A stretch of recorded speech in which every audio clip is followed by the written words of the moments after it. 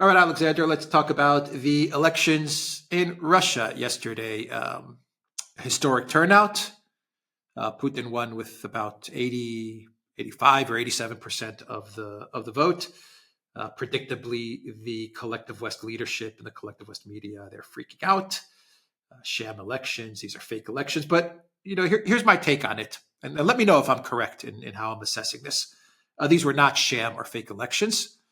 And they weren't sham or fake elections if you go by the polling data from collective West sources, which consistently over the past couple of years have put Putin's polling numbers, his approval ratings, at about 80 to 85%. Not Russian polling companies or polling data, collective West, or at least collective West endorsed polling institutions have consistently put Putin's approval rating at anywhere between 80 to 85%. So to me, this result falls exactly in line with Putin's approval numbers as put out there by collective West institutions.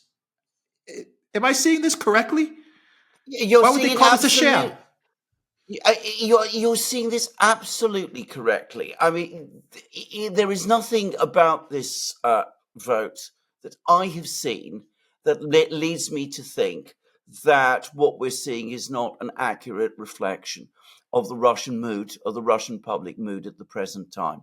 Now, clearly, this was, in some respects, in many respects, a different election from other elections that we have seen, in the sense that the other candidates who were there, Kharitonov for the Communists, Slutsky for the Liberal Democrats, this new man whom I don't know very much about, Davonov or whatever his name is. I mean, they weren't really campaigning, because this election was an election held at a time when Russia is, and so the overwhelming majority of Russians believe, in an existential conflict with the West, which is playing out in a proxy war in Ukraine and in an economic war that the West has waged through all the sanctions that it has imposed on Russia.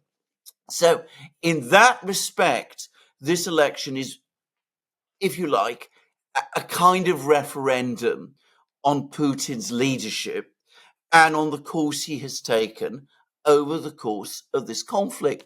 And of course, that has undoubtedly increased the turnout, because people wanted to come out and show that, they support what Putin is doing at this time. And they see that, in effect, as a vote of support for their own country and for their army that is fighting in Ukraine.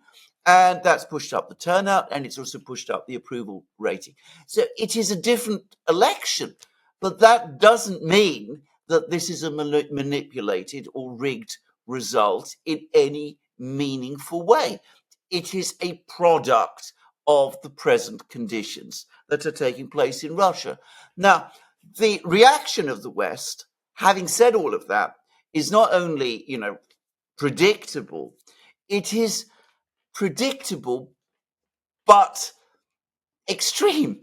And you can't help but feel that behind it all, there is real anger that after all that has happened, after the war that was started, where they were expecting, last year that Russia was going to lose, incredible though that seems, after the economic war, which they were expecting was going to lead to a Russian economic collapse, after all of these things, not only is Russia standing strong, both economically and militarily, but Putin, the man they wanted to push out of power, is still there, stronger than ever. So you see the anger. I mean, everything has gone completely contrary to what they expected.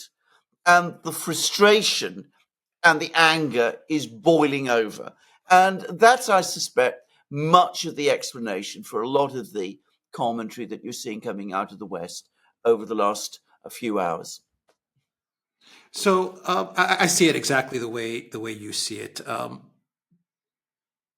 The entire Project Ukraine was about regime change in Russia. And now you have Putin in office for another 6 years. Do you think that the collective West, through their anger that they're displaying now with these election results, do you think they're finally going to accept the fact that they have to deal with Russian President Vladimir Putin for 6 years? Are they going to finally accept this reality? And it is a reality. You know, maybe a month ago, they could have still held on to the hope Putin's he's going to leave. But this drives home the reality that Putin is going to be president for 6 years. Can they finally accept this? Right. Now, I'm going to come to two comments that have been made about this whole issue. And the first is from Putin himself. He gave this extraordinary interview to Sergei Kiselyov, the Russian journalist. And he had this to say about the plans of the Western powers at the start of the war. It's been completely overlooked. But he said that they they were looking, when they started the war, to essentially carry out a regime change in Russia. And he said this very, very straightforwardly and very openly, in a way that I've never seen him done at any time in the past. He actually says that when the West arranged for the war in Ukraine to start, there were lots of people in the West who got very excited and said, this is our opportunity to finish off Russia once and for all. And they're now very angry when they've discovered that it has turned out differently. So that's what he said. And here are his exact words. After our attempts to stop the war unleashed by the West in Ukraine in 2014 by force failed, Western elites, blinded by their Russophobia, were delighted. They even rejoiced because they believed that now they would finish us off under this barrage of sanctions, practically a sanctions war declared against us, with the help of Western weapons and war through Ukrainian nationalists. They would finish off Russia. Hence their slogan, inflict a strategic defeat on Russia. So you see, even Putin could see that this is all about ultimately generating a crisis in Russia, finishing it off as a geopolitical competitor, arranging regime change in Russia. Now, the other article, which I'm not going to read from, because I scarcely ever like to read things from The Economist, but it concedes exactly the point that you have just made, that in fact, Putin is there to stay. The West has to just accept the fact. They're furious about it. The Economist is seething about the fact that Putin is there to stay. They're saying that, the Russian people will pay a terrible price for this. Their economy will stagnate. Their population will fall. But it also goes on to say that Putin will remain in power. And Russia must now be seen as a dangerous adversary and competitor for the future. So you're right. You're right about both the regime change point, or at least Putin clearly thinks that you're right, and The Economist, which I believe is very close to the thinking of the US and British political leadership, and even the neocon establishment, makes exactly the same point as you. They will have to accept the fact that Putin is there to stay. They don't like it. They're furious about it. In a sense, they're trying to delegitimize him, but they've tried everything and it has failed. Okay, so what happens now going forward? I mean, Putin's going to be in office for many years, and this is going to be, I imagine, this is going to be his last term as Russian president. What's going to happen now in the next year, and then even the next 6 years? And I imagine Putin is going to place a great deal of focus on the Russian economy, but also on his succession to power. I mean, who's going to come next after Putin? What is the political landscape look like? Something that Angela Merkel did not do very well. People forget that Angela Merkel was in power for, what was it, 16 years or 12? I don't know. A long time. She was in power for a long time. And she completely messed up the political landscape in Germany. And now we see the results of that. How do you think Putin's going to handle everything going forward? Right. I think the first thing to say is that because of the constitutional changes that were made in 2020, he can, in theory, seek a further term after this one that he's just won. So he could be there for 12 years. I'm not saying he will be, but he's got that theoretical option. And you can perhaps see some logic to this because he announced um, about a week, 10 days ago, when he addressed the Russian parliament, an extremely ambitious 6-year program, which is going to take him through the present term. By the way, he pointed out that in most respects, the program that he announced before the previous presidential election in 2018 has been surpassed. Politicians always say that, but the next one, a very ambitious program indeed, over the next 6 years, economic social program. I think that what he might do, and I'm not saying this is his plan, I think that it could be that he will want to see this program through. He will certainly want to see the war and its consequences through and sorted out.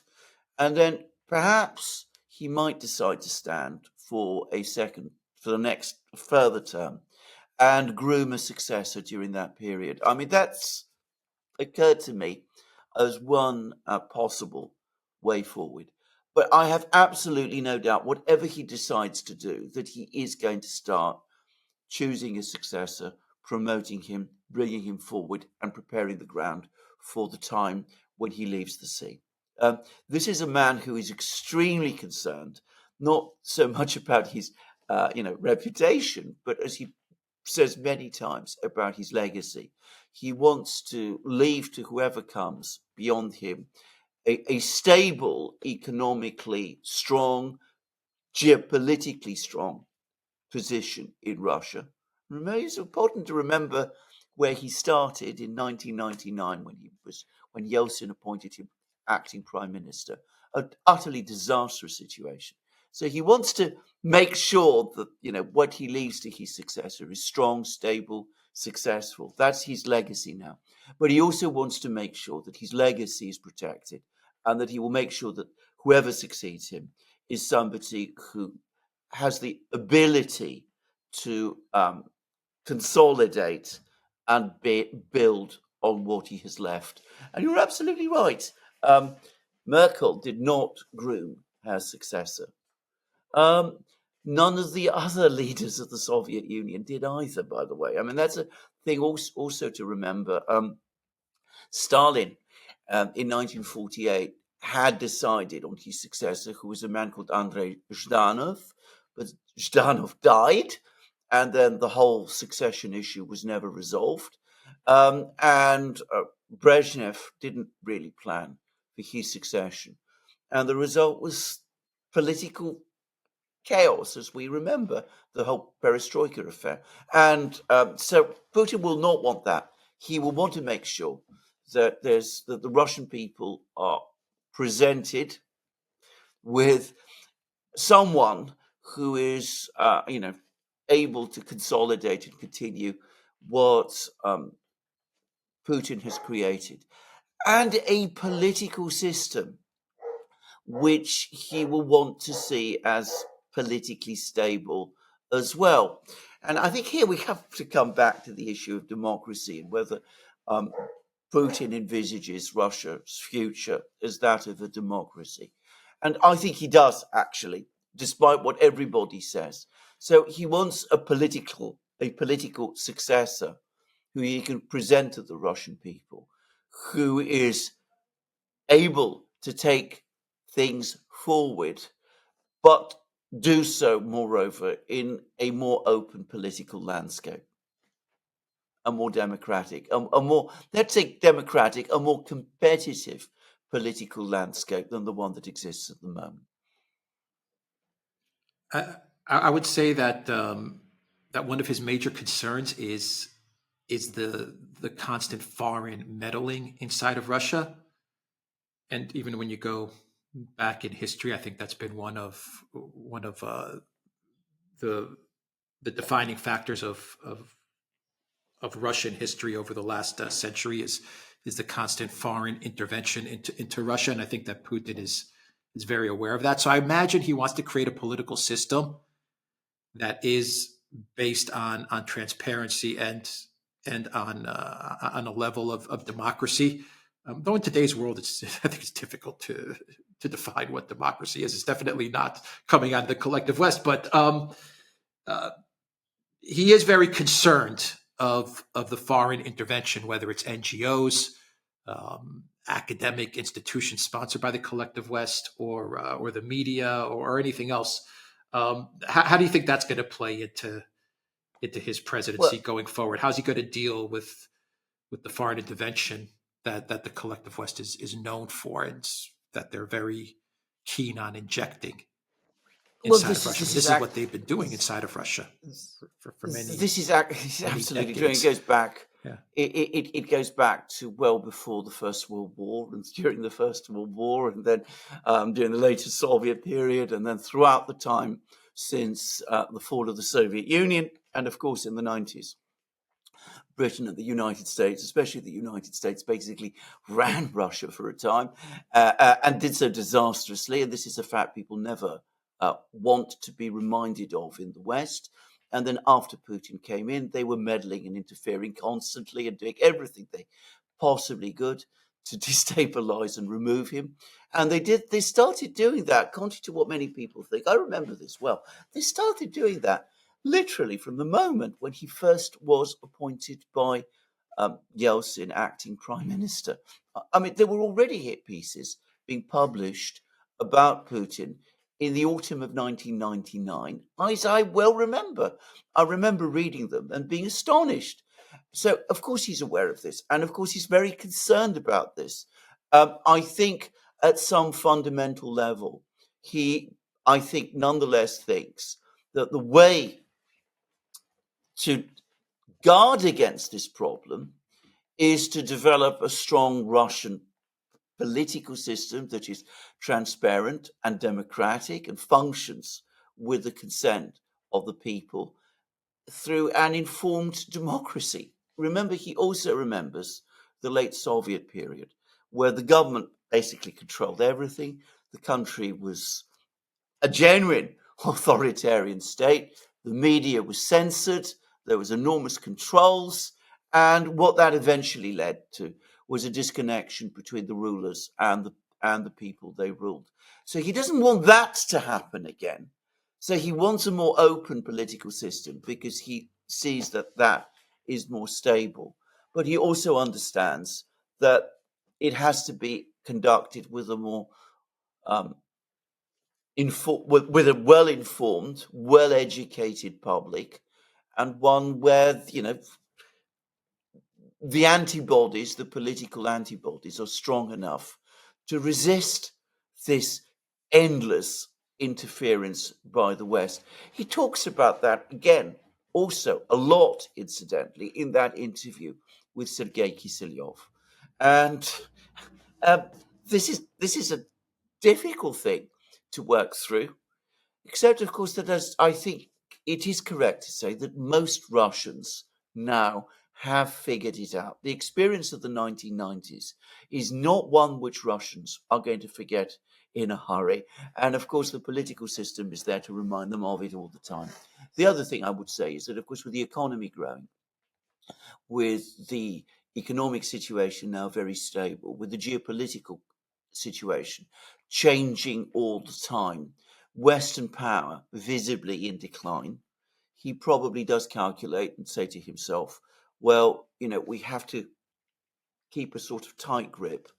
But gradually, this challenge from the West is going to fade. And that will mean that we can start to release that grip and become more that which we basically want to be. By the way, you touch on a point which I have made many times, though I'm I suspect I'm all but alone in doing so, which is that Western interference, this constant meddling by the West, which is described by the West as democracy promotion, does not actually promote democracy in Russia. It does the opposite. It does the opposite because if it succeeds, what it does is impose on Russia a pro-Western government, which does exactly what the West wants, which loses support in the country. That is what happened with the provisional government that appeared in Russia briefly in 1917, and it appeared in the 1990s, in both cases with disastrous consequences. And at all other times, it prevents the political system from becoming open and fully stabilizing.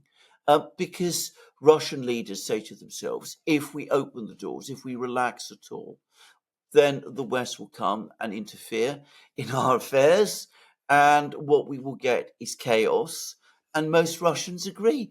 So, to give a good example, I think that the Soviet system, this is again my own view, which, as I said, you won't find pretty much anybody say, but my own view is that the Soviet system was prolonged at least 30 years beyond its natural life in the form that it was, largely because of the constant pressure and interference by the West. Containment, as it is called, which became a whole, not just trying to restrict the Soviet Union to its geopolitical space, but also to interfere within the Soviet Union itself. Something which George Kennan, the so-called designer of containment, always opposed. Anyway, containment, in my opinion, did not facilitate the development of the Russian political system. It impeded it. But I don't want to press that because that is my own personal view, and I haven't seen anybody else who agrees with me on this. Yeah, yeah, I think that makes sense. A final question from a geopolitical, strategic point of view. I imagine Putin also has to safeguard Russia's security, that being its western borders. Absolutely. And so Belarus, Kaliningrad, and of course Ukraine, and now you have Finland as well, which is a NATO country, right on its borders. But this is going to be of immense importance to Putin. And if I were to guess, he would make sure that at least Ukraine, at the very least Ukraine, on the southern underbelly of Russia, is no threat to Russia. Oh, absolutely. This is an overriding priority. And of course, Ukraine is the big one. I mean, Finland is a nuisance and the Baltic states a certain nuisance, but it's Ukraine that really is the issue. If Ukraine is sorted out, then a lot of other things on the western border fall into place.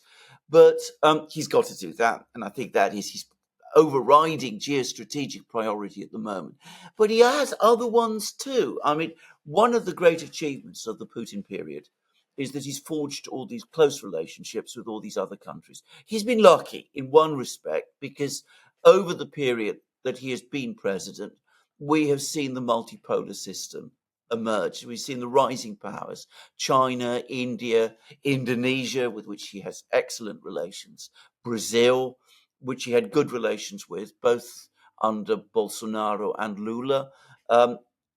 Lots of other countries, good relations with the African states. He's forged all very close, stable relations with all of these countries. One of the things he will want to do is he'll want to consolidate these relationships with all of these countries and make sure that when he leaves, these strategic partnerships are so well established that they become unbreakable. And the reason, again, is that, of course, in the past, there have been leaders in Russia that have fallen for the lure of the West. He actually uses the expression that, the West trying to lure Russia. And he doesn't want to see that happen again.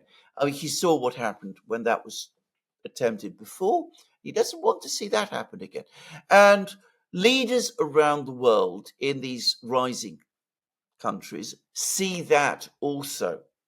And that is why overwhelmingly they support and are very happy about Putin's re-election. They're very happy to see him there.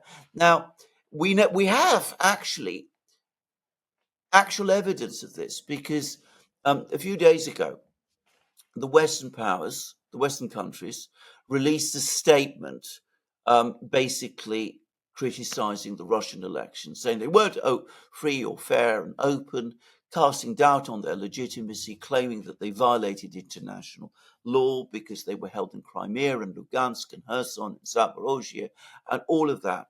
Now, Dmitry Polyansky, who is the deputy ambassador of Russia at the Security Council, UN Security Council, is a very, very important diplomat. Anyway, he has said that the West has spent the last couple of weeks arms twisting to try to get countries in the global south or the global majority to sign up and agree to this statement. And they refused. In every case, the Western emissaries had the door slammed in their face.